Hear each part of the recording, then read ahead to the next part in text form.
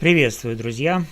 Я юрист Валерий Табаков, и в этом видео я вам расскажу, можно сказать, сенсационную такую новость, которая вдруг стала известна по ходу процесса над Вячеславом Зинченко.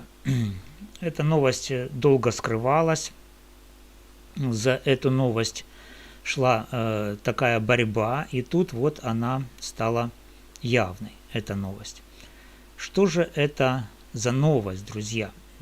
Почему эта новость стала известной только сейчас? И в чем ее сенсационность этой новости? Но вначале о предыстории немножко. Предыстория в этом деле такая, что когда образовалась группа поддержки Зинченко под руководством Ланы, были там различные взаимоотношения внутри группы, в том числе и сборы донатов. Группа раскололась, в конце концов, как раз по тому вопросу, что группа выразила недовольство тем, как расходуются собранные внутри группы деньги. Деньгами распоряжалась Татьяна Мусихина, а Лана вела эфиры в ТикТоке. Когда к Мусихиной были предъявлены претензии, и требования, чтобы она отчиталась о том, сколько, куда идут собранные деньги, Мусихина дать отчет отказалась. И группа раскололась. После этого Лана обратилась ко мне, я был приглашен на ряд эфиров в ТикТоке, той второй части группы, которая осталась руководить Лана, а Мусихина начала свою линию ТикТока, тоже с эфирами. И дело дошло до того, что группа под руководством Ланы начала думать, какие действия юридически значимые можно предпринять в той ситуации, которая сложилась. И, один из вопросов, который был согласован, предложен, это обращение в международные правозащитные организации. Такие обращения я тогда, это было летом 2025 года, составил и направил в эти международные правозащитные организации. Это Красный Крест международный, это Human Watch Right и это Amnesty International. Также было составлено обращение в Комитет по правам человека ООН. И направлены. После того, как это было сделано, и я это опубликовал в своем видеоблоге, на меня началось оказываться давление. Причем не только со стороны подгруппы Мусихиной, но и со стороны тех, людей, которые входили в группу Ланы. Требование было одно. Нужно отозвать те мои обращения, которые я направил в международные правозащитные организации.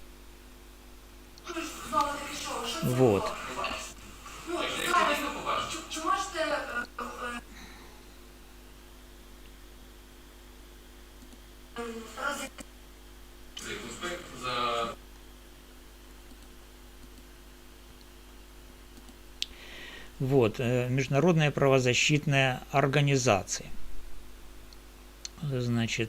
И стали требовать, чтобы я отозвал эти свои обращения.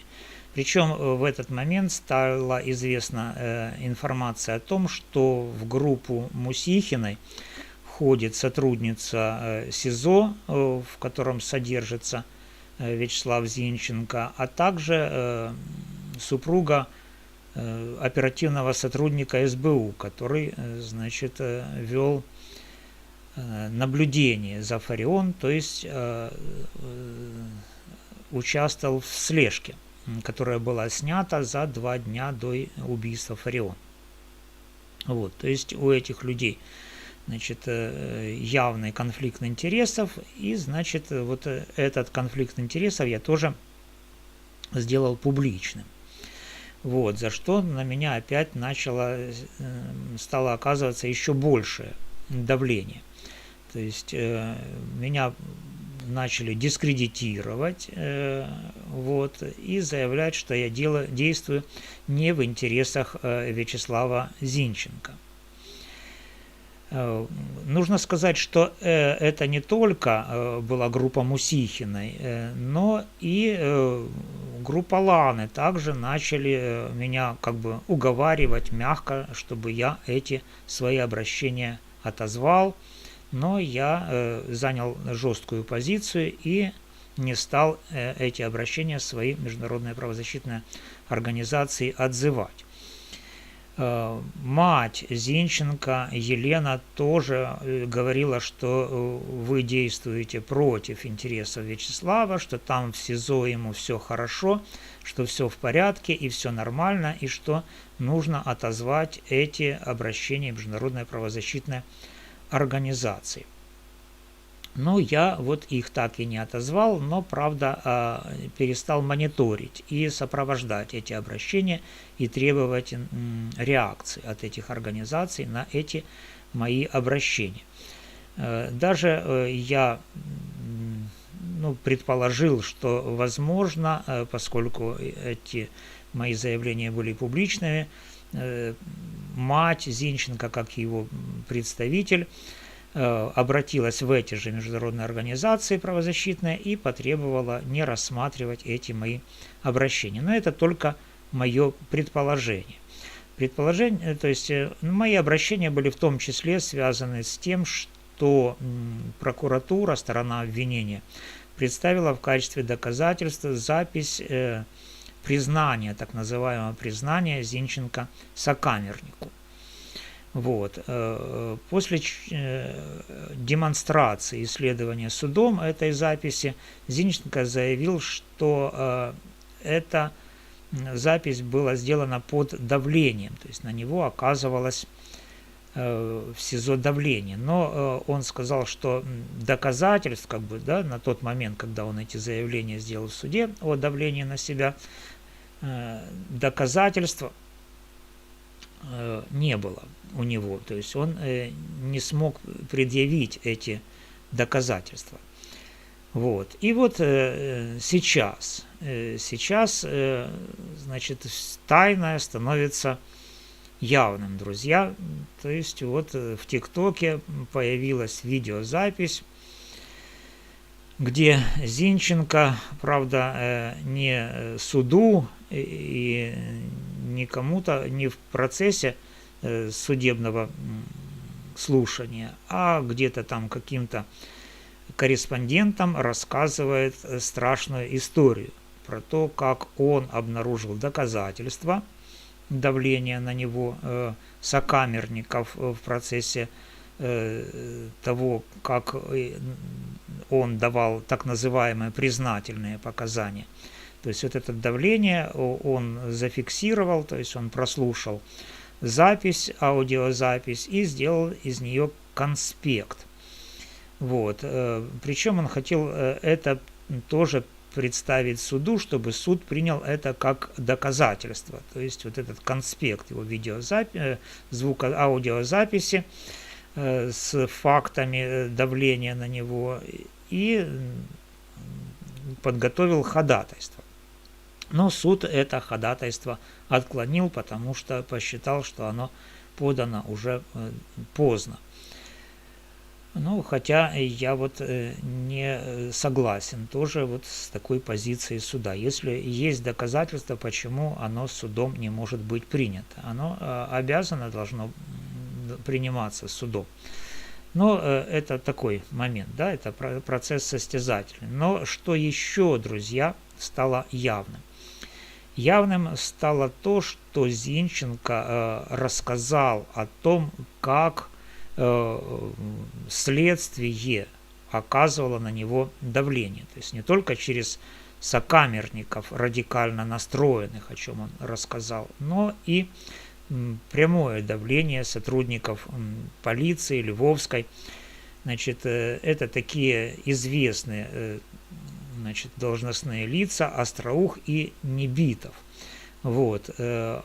Остроух угрожал тем, что он фальсифицирует доказательства и что повесит на отца Зинченко факт того, что именно отец Зинченко якобы передал оружие Зинченко для совершения убийства Фарион, и что именно из этого оружия было совершено это убийство. Кроме этого, Небитов вместе с Остроухом тоже оказывали давление на Зинченко, заявляя, что если Зинченко не возьмет на себя убийство Фарион, то есть не, оговорит себя, то тогда вот родителям Зинченко нужно будет нанимать охрану, потому что на них будет оказан, за ними начнется охота, да, то есть вот такое заявление сделал Зинченко, и давайте сейчас мы прослушаем вот это заявление его.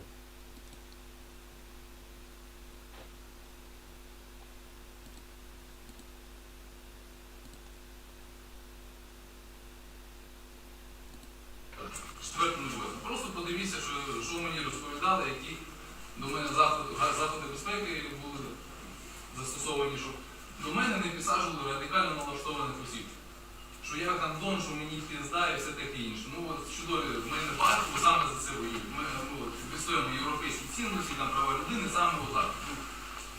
Я це вчора прослухав, як я зараз мусив це в суді показувати, я не розумів. У мене була нещодавно, що я можу цим ознайомитися. 2 місяці прослушки, вибачайте, я за день не прослухаю. От прослухав вчора, записав собі сюди і готую зараз клопотання про недопустимі докази про прослуховування цього. Якщо знову це не прослухається в суді, я знову таке шоу буду влаштовувати, я попереджаю. Бо це не просто якісь приниження чисті гідності моєї, там, чи невиконання ухвали суду. Це доводить те, що воює мій батько. Моя мама волонтером працює, вона приїжджає на місце прильоту. Просто так, не за гроші, просто так. За оцю от херню. Те, що из-за такого пидораса, как ты, что ты, пидорас, тогда морозишься, и так далі, і так далі. От за це моя мама ризикує життям, мій батько ризикує життям, за ось це, щоб з їхнім сином робили ось це. Тобто, в нас люди воюють, а держава це все покриває. Тобто, прокурор каже, що не було ніякого тиску на Зінченка. За справу відчитується Зеленський, Клименко, їм всім на це похер. До мене приходить Остроух, до мене приходить Небітов. Остроух мені каже, що батько мені прийшли по справі 263, що він мені ствол передав. Що моїм батькам потрібна буде охорона, якщо я на себе Фаріон не візьму. Ось. Я не знаю, що ще мені казати. Вячеславе, скажіть, будь ласка, що щойно було? Ви тільки що сказали, що це було, я влаштую знову таке шоу. Що це було? Побачите. Зараз, чи можете роз'яснити, що саме... Якщо не побачите. Я людина з твердою волею. Що захочете, зробити. Ні, роз'ясніть, будь ласка, що зараз ви намагались зробити? Те, що він голодує. Я запитую Вячеслава. Я протестував. Так як вважав.